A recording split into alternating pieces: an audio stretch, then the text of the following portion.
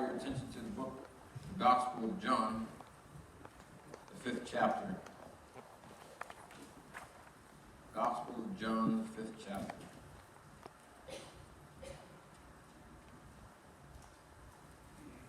I'm reading from the New King James Version, verses 10 through 13. You can follow on the screen as well. The Jews therefore said to him who was cured, "It is the Sabbath. It is not lawful for you to carry your bed." He answered them, "He who made me well said to me, 'Take up your bed and walk.'" Then they asked him, "Who is the man who said to you, 'Take up your bed and walk'?" But the one who was healed did not know who it was. But Jesus had withdrawn, a multitude being in that place. Again, today's thought is Encountering Testimony Part 2. And from the last message, we extracted the following points. In John chapter 4, verse 42, be compelling in your witness, be willing to hear from Jesus, and lastly, be in a relationship with him.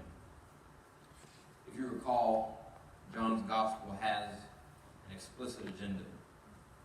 In a broad sense, John wrote to provide the Christians of the province of Asia, now Asia Minor, with a fuller understanding of the life and ministry of Jesus Christ.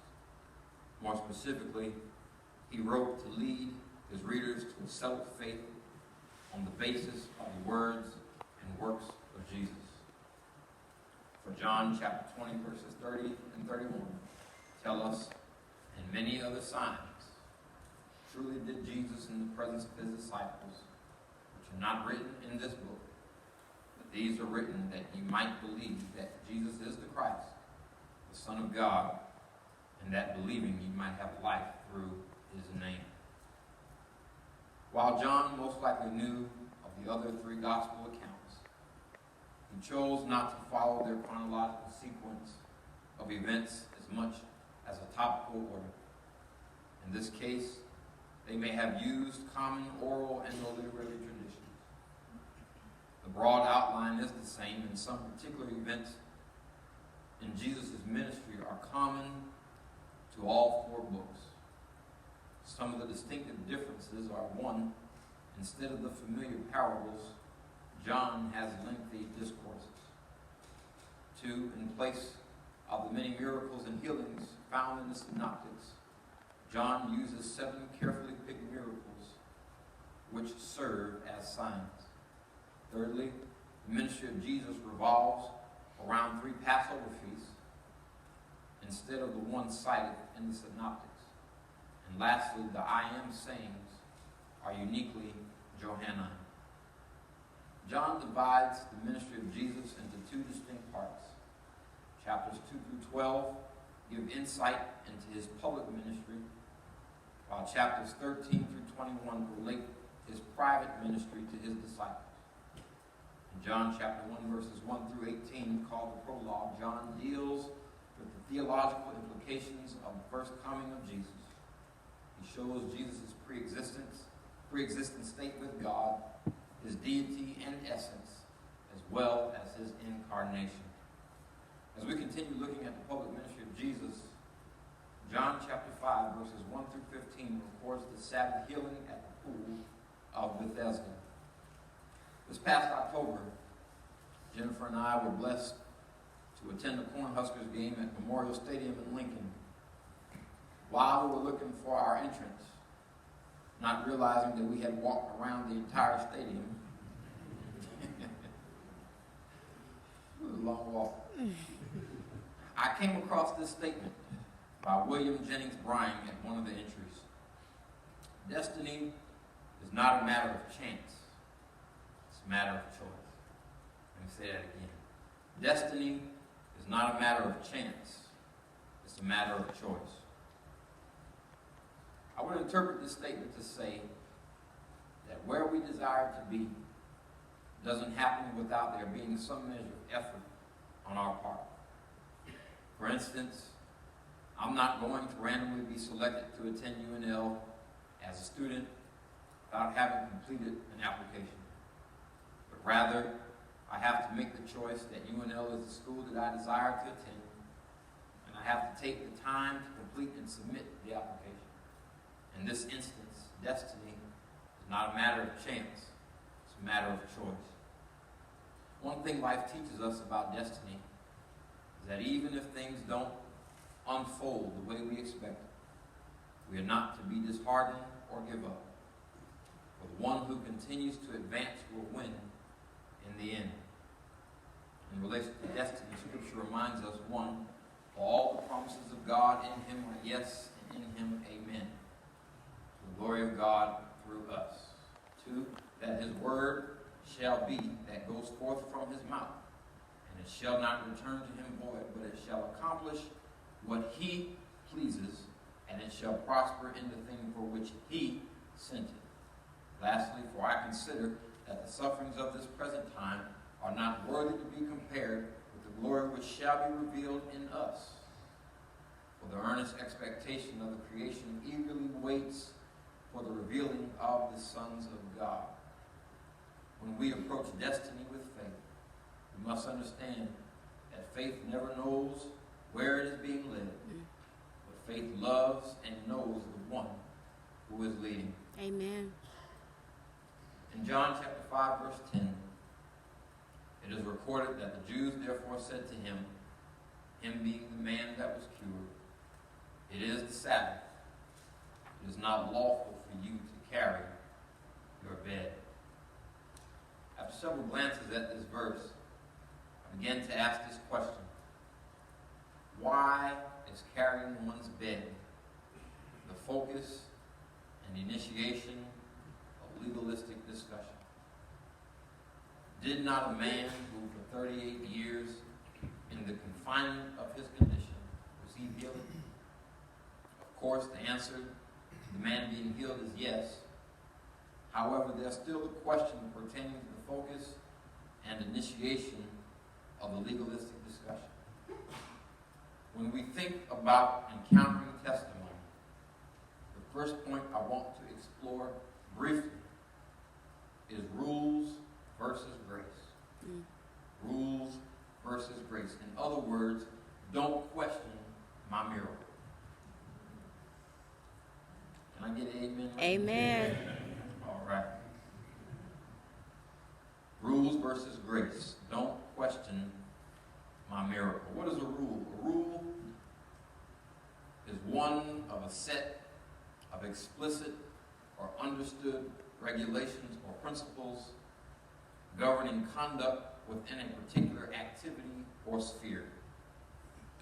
It is a principle that operates within a particular sphere of knowledge, describing or prescribing what is possible or allowable. Rules have been established to create order. In fact, God instituted the 10 Commandments as governance of moral behavior for the human race. What is grace? Grace is courteous goodwill, and in the Christian sense, it is the free and unmerited favor of God as manifested in the salvation of sinners and the bestowal of blessings. A few years ago, I heard grace defined as the thing that was that didn't have to be. Understanding the difference between rules and grace, Jesus broke through horizontal barriers in order to supply vertical transfusions. While Jesus respected the law, and we see this in Luke chapter 17 during the healing of the 10 lepers, where Jesus instructs them to go and show themselves to the priests. There were other instances, such as John chapter 5, where Jesus not only saw, but knew of a need that demanded spiritual attention regardless to the day of the week. Brothers and sisters, when Jesus sees and knows that we have need, let me tell you, our rules don't matter, and it's not our business how and when he chooses to meet the need. Amen. Whenever he chooses to bless me, not only will I be ready, but I'll be satisfied. That's right. John chapter 5, verse 10. The Jews therefore said to him, who was cured, it is the Sabbath. It is not lawful for you to carry your bed. According to this verse, those Jewish authorities who were accustomed to paying little attention to those whom they saw in need suddenly took notice to this man and accused him of breaking the law on the Sabbath day. Nowhere in these verses is it recorded that these religious rulers rejoiced for or with this man in his healing. Instead, they were more concerned about him carrying the reminder of where he was. As I park here momentarily, I cannot go without saying that there will always be somebody more concerned about where you've been and what you've done, instead of acknowledging your victory and celebrating where God has begun to take you. And not only are they concerned about where you've been and what you've done, but they'll start a legalistic discussion questioning why your deliverance ever happened. John chapter 5, verse 10, the Jews therefore said to him who was cured, it is the Sabbath, it is not lawful for you to carry your bed. Verse 11, he answered them, he who made me well said to me, take up your bed and walk. As we journey back to the beginning of this chapter, John chapter 5, verse 1 through 5 reads, after this, there was a feast of the Jews, and Jesus went up to Jerusalem. In verse 1, John informs us of a feast that was going on. It may have been Passover, Pentecost, the Feast of Weeks, or the Feast of Tabernacles, but whichever it was, it would have meant that many people were in Jerusalem. Verse 2, now there is in Jerusalem by the sheep gate a pool, which is called in Hebrew Bethesda, having 5 porches. Got my picture up? There we go. Jesus, who is now in Jerusalem, could have entered the city through another gate, chose to enter by way of the sheep gate located on the northern side of the city that led directly into the temple. It was also through this gate that animals were brought for sacrifice. I want to pause here because isn't it spiritually intriguing that the Good Shepherd would enter by way of the sheep gate, which led directly into the temple, and was also the route by which the animals were brought for sacrifice. And notice that by the gate there was a pool, which is called in Hebrew Bethesda, meaning house of olives, place of outpouring, or house of grace. Not only that, John tells us there are 5 porches or colonnades, which is a row of columns used to support a roof. Verse 3, in these being those between the columns, lay a great multitude of sick people, blind, lame, paralyzed, waiting for the moving of the water. Verse 4, for an angel went down at a certain time into the pool and stirred up the water. Then whoever stepped in first after the stirring of the water was made well of whatever disease he had. Now there are some Greek manuscripts of John where the last phrase of verse 3 and all of verse 4 are omitted. The statements may reflect a popular tradition associated with the pool that the bubbling of the waters, which some scholars feel was caused by an interim spring, was supernaturally caused by an angel. Irrespective of the source of the waters being stirred, the testimony of God's healing grace was nonetheless at work. Although some manuscripts have omitted this verse, verse 4 is the explanation of why they were there. For the belief was that an angel stirred the water at a certain season. Verse 5 says, now a certain man was there who had an infirmity 38 years. John, like a superb Air Force chaplain, does not yield the name of this individual.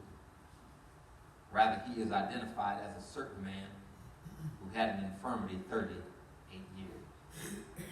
I believe John left the identity open for you and me, as we too have dealt with certain situations for a long time. Verse 6 says, when Jesus saw him lying there and knew that he already had been in that condition a long time, he said to him, "Do you want to be made well?" The sick man answered him, "Sir, I have no man to put me into the pool when the water is stirred up. But while I am coming, another steps down before me." Have you ever answered a closed-ended question with an open-ended response? Or have you asked a closed-ended question only to receive an open-ended response? May I say that when I ask you a question, I'm only listening for what I asked for?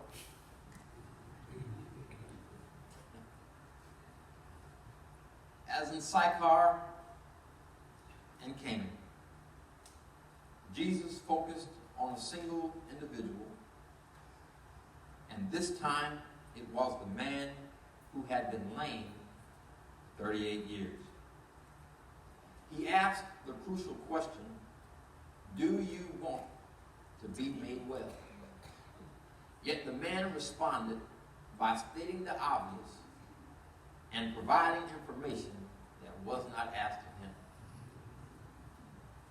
John chapter 5, verse 7, the sick man answered him, "Sir, I have no man to put me into the pool when the water is stirred up. But while I am coming, another steps down before me." Here is a man that for 38 years and making an effort to be healed. Y'all heard that? He made an effort to be healed. Encountered the transformation and testimony of those who made it to the water before him. 38 years, someone has desired to be married, and it hasn't happened yet. 38 years, someone has been waiting for that ideal job to provide them a means of stability and security. 38 years, you've gone back and forth in remission while others made well after a winter cold. My brothers and sisters, rest assured that Jesus sees and knows what we're going through. I know it's been a long time coming, but salvation, healing, and deliverance is on the way. Amen. John doesn't tell us that Jesus waited for this man to answer with a yes or no to his question. But after giving his explanation as to why he is yet still in the condition that he is in, Jesus says to him, "Rise, take up your bed and walk." And at the moment Jesus spoke the word. Verse 9 says, "And immediately the man was made well, took up his bed and walked. And that day was the Sabbath." If we go back to verses 8 and 9, these verses describe the man's miraculous cure. The question asked by Jesus in verse 6 focused on the man's infatuation with magical powers and traditional superstition. If the pool had really been God's healing agent, Jesus could have simply helped the man into the pool when the water was stirred. But the words, "Rise, take up your bed and walk," emphasize that Jesus was the source of divine healing. If you've ever been sick, I will assume you chose the miracle over the magic. In addition to the miracle, we dare not miss the absence of faith in this text. Understand, the man did not ask for any help and showed no faith that John records. In fact, this man didn't even know who Jesus was. In contrast with the miracle of the official son in John 4. In John 4, the royal official sought Jesus. In our text, Jesus sought him. In John 4, the official pleaded for help. Here in our text, Jesus asked if he wanted help. The royal official expressed the miracle privately. Here, Jesus healed publicly. The royal official, there's no mention of sin, but here, Jesus mentioned to the man to go sin no more. With the royal official, the man was motivated to believe, but here Jesus worked without the man's belief. Beloved, I'm glad to know that God doesn't need our help, our permission, or even our faith when he chooses to work in our lives or in the lives of those whom we love. Praise God. Following this man's healing, John writes, the Jews therefore said to him who was cured, "It is the Sabbath.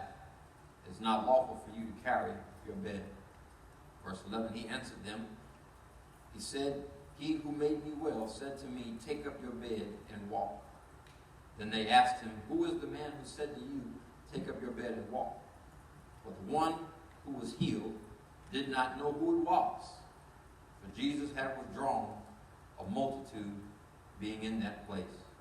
My second and final point is know who blessed you. Know who blessed you. I encounter a number of people that don't give credit when credit is due. And the reason they don't give credit when credit is due is because they don't have a relationship with the one that blessed them. We did not get to where we are by any merit or goodness of our own, but rather we're where we are by the grace of God. Amen. For all of us who have been residents, for all of us have been residents at the pool of Bethesda. It was no accident. Jesus did not forget that it was the Sabbath. He was not ignorant of the provision that the rabbis had added to God's Sabbath law, for he knew that healing on the Sabbath would upset the religious leaders. He knew that by commanding the man to carry his mat out of a public place would anger them even more. Jesus, who walked into this man's life, giving back normality in his legs, immediately disappears. Those who stood showed no concern for the new legs, but the carrying of the man. Unlike many of us, or in certain cases a few of us, this man encountered his destiny by chance and not by choice. In spite of Jesus knowing of his attempts to be made well, this man couldn't identify the one that healed him, but rest assured, Jesus' mission in your life isn't accomplished until you know who he is. Amen. Verse 14, afterward Jesus found him in the temple and said to him, "See, you have been made well. Sin no more, lest the worst thing come upon you." The man departed and told the Jews that it was Jesus who made him well. Brothers and sisters, the first encounter with Jesus may only be enough to get you back on your feet and create an inquiry in the minds of those who paid you no attention.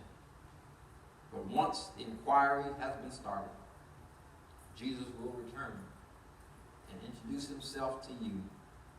And once you know that it was Jesus who raised you up, you got to go back and settle the inquiry. Give him credit. Letting those who question your healing know that it was Jesus Amen. who made me well. Amen. Let us pray.